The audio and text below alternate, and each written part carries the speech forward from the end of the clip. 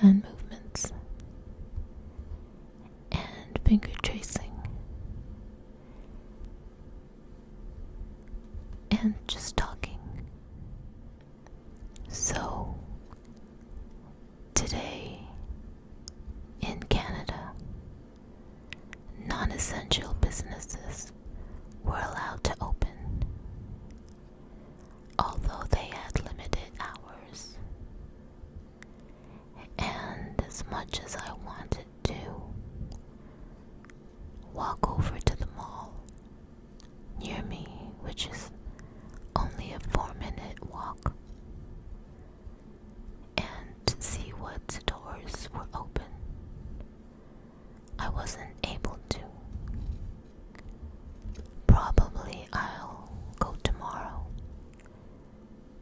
after I put in some hours of work. I'm wondering if any of you were able to go out and visit some of the non-essential businesses that open today. I'm wondering if this will be the start of how it used to be when everything was open and people didn't have to socially distance themselves or make sure that they were 6 feet apart or 2 meters if you're in Canada and Europe. I understand that this social distancing has really affected a lot of people, families, relationships, just so many. I know that for people who battle depression, these times have really been challenging for them. And for families that aren't used to being together 24/7, it's been a little, how would you say, stressful and frustrating. For me, because I've been working remotely from home for almost 10 years for the most part, I'm used to staying indoors and being on my own and working. And because I live alone, then social distancing hasn't really affected me. What I do miss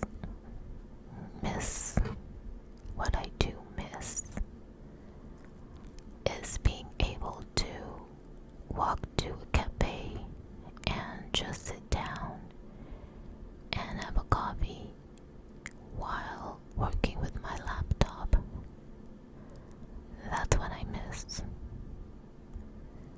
Oh, and also visiting the Apple store and looking at the Apple products and buying stuff. It's been really different lately because I know so many people with local businesses, and they've been really good about staying open and providing curbside pickup or online shopping or delivering. And I'm really thankful for them for doing that, as well as the community is really thankful. And I know that for many, offering online services wasn't really part of their business strategy, but many had to really pivot quickly in order to just maintain some sort of revenue at least. And I know they had to lay off a few of their employees, just like the corporations, more or less. But I just hope that these local businesses survive. But it's going to be really hard.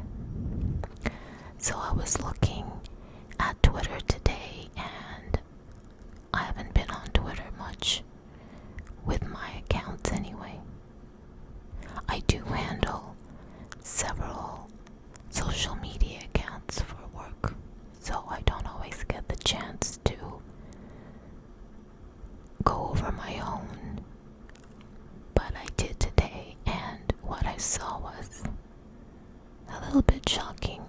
I guess I haven't really kept up with the effects of this pandemic, but I was surprised to see that a number of big box chain retailers were filing for bankruptcy.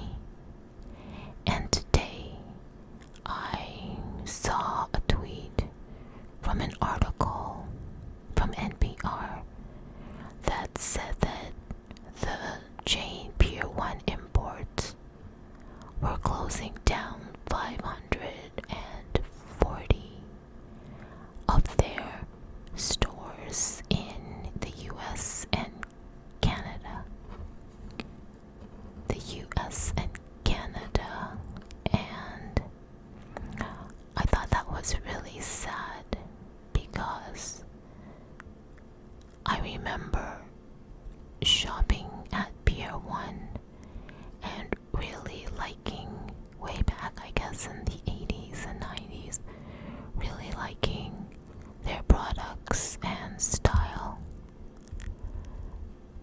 And some of my first dishes and glassware and plates and even cafe table were what I had bought for myself when I first lived on my own in Texas. So Pier 1 has really been an important part of my life in terms of starting out. So that's kind of sad to hear. And so I'm wondering what they're going to do with all their products. So this is probably what's going to happen. What's going to happen is a lot of their products are going to go on massive sales. So just a heads up. That's what I'm thinking. I hope that's what happens anyway. So I'm going to be looking out for news on Pier 1, and if they're announcing having a going out of business sale, so I can imagine that the prices would be cut. And if you wait a little bit longer, then as with all going out of business sales, towards the end prices are just ridiculously cheap. But I know that because Pier 1 is a popular brand for furnishings and home decorating and such, that there'll be a lot of people lining up if their doors do open and they do offer sales. I can guess that a lot of this stuff would be snatched up, especially from those people who have a lot of money and who like Pier one. That's what I'm thinking anyway. So I've been wondering also about this whole deal with vaccines. In Canada, there's news that I think Justin Trudeau, I think this was a few days ago, Justin Trudeau is allowing, I think, vaccines from China to come into Canada, and something about Canadians being one of the first to receive these vaccines. I'm not really sure. I just heard it from a friend, and I didn't really take the time to research it on my own. But I will tell you that when I was manning some of my clients' social media accounts, I did see the headline about Justin Trudeau and vaccines from China, and it being distributed to Canadians. Now, as you know, a lot of headlines, they're just headlines. Sometimes I think they're, well, clickbait.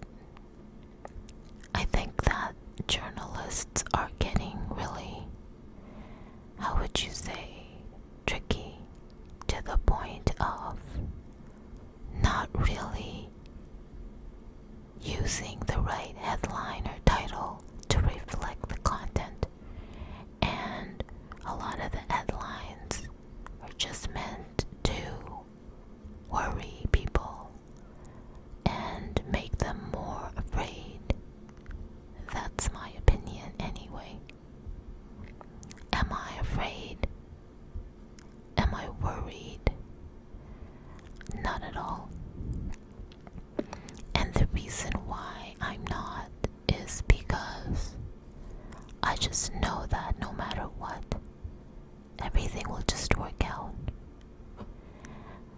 I said that to a few of my friends, and they thought that my response was really lame because they felt that the quote, everything will just work out, really means it'll work out the way it'll work out.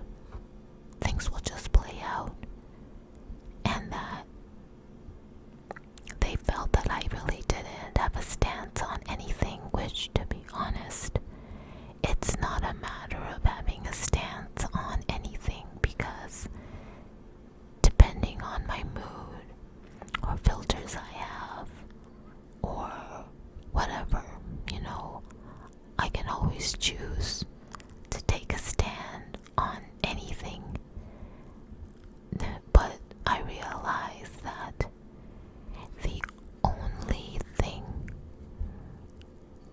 that's worth taking a stance on is on myself.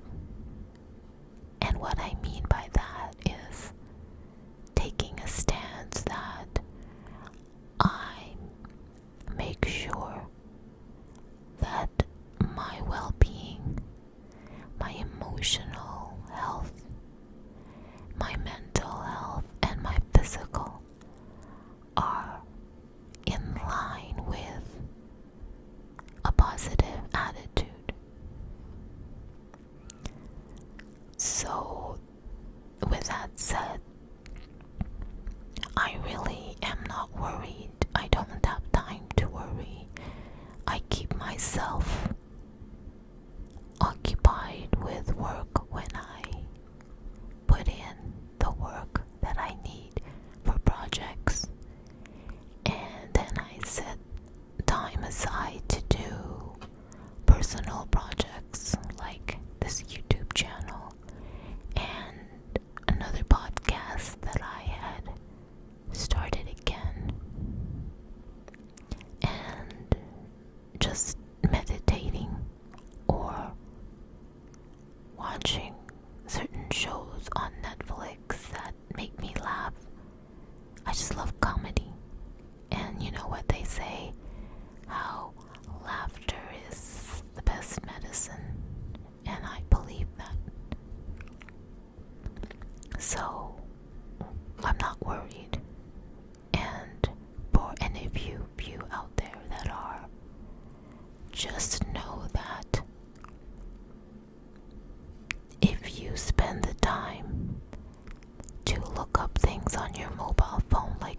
news and on TV. I think especially television and watching the news being repeated over and over and over again, especially television and the news. It's just like, I don't mean to be vulgar or swear or anything, but honestly, it's a shit show on the news. They're just regurgitating the same thing over and over and over again. And people aren't really thinking about what they're saying. All they're concerned about is the headliners and the words that the journalists say and the TV announcers, and words have vibration. Words have an emotional impact. So when you hear the same words over and over again and read the same fear-mongering sentences over and over again, what do you think that does to your psyche? Right? So make sure that you don't really have to watch the news.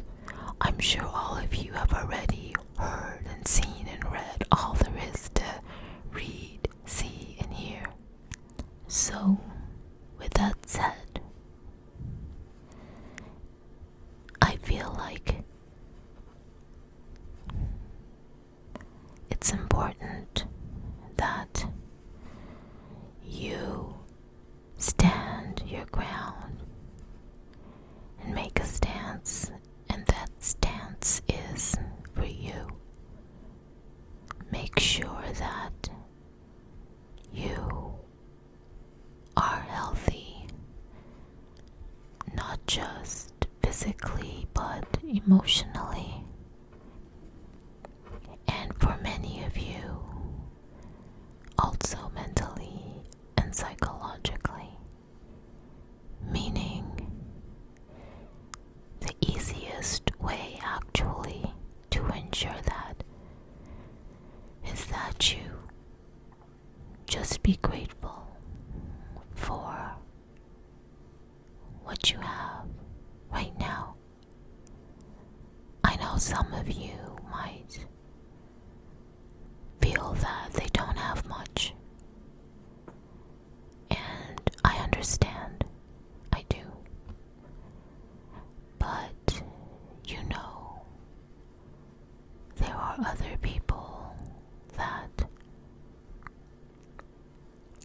maybe are a bit worse off than you. And I don't mean to compare. I really don't. I guess my point is that you just try to feel gratitude and at least think of good thoughts. And if that's hard to do, then you know what? Music is really good. If there's music you like and it makes you happy, or it brings you to a nice place, like a nice memory, then that's just enough for now. I really hope that for those of you that are listening to this, that you are okay. And maybe the reason why you're listening to this is because it's a message that you need to hear or to be reminded of. And I always believe anyway that the universe has a way of connecting people together, even if it's just for a while.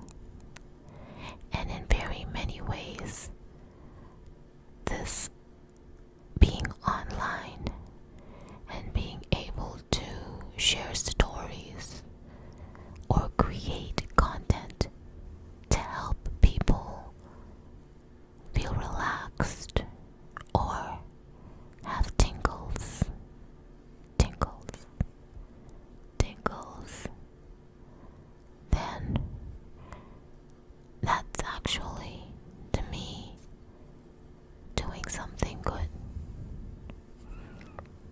We don't get enough of recognition or recognizing people that help us.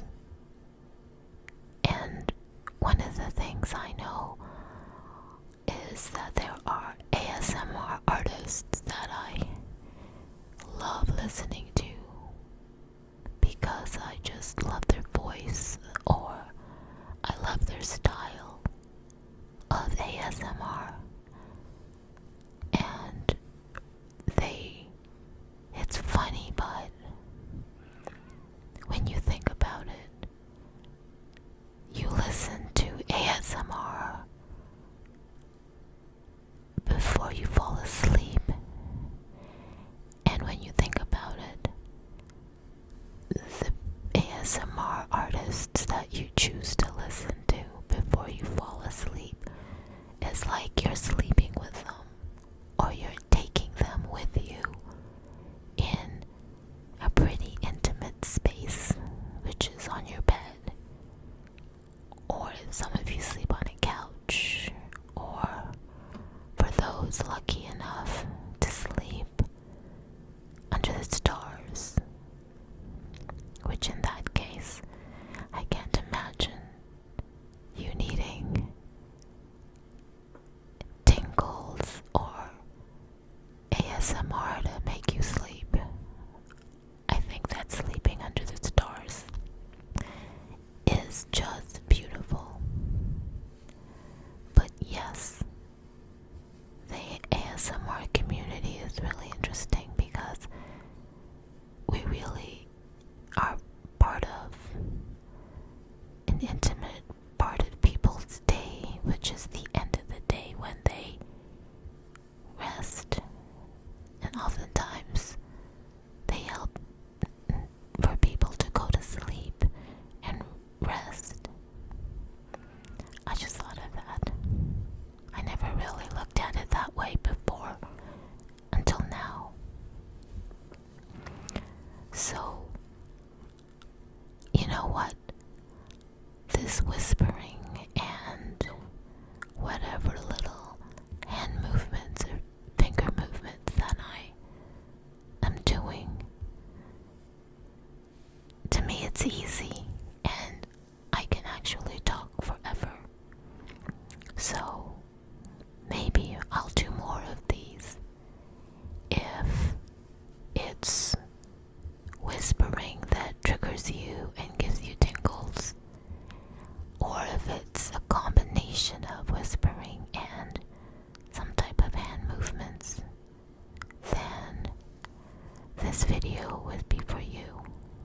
And for those of you out there that like whispering with some sort of hand movements or finger tracing or movements, I hope you find this video, and I hope you get out of it what you expect. I'm probably going to do more videos like these and create a playlist, or you can just play this video on a loop. So, with that said, I'm going to end right now and say that it's time for you to go to sleep. So, go to sleep.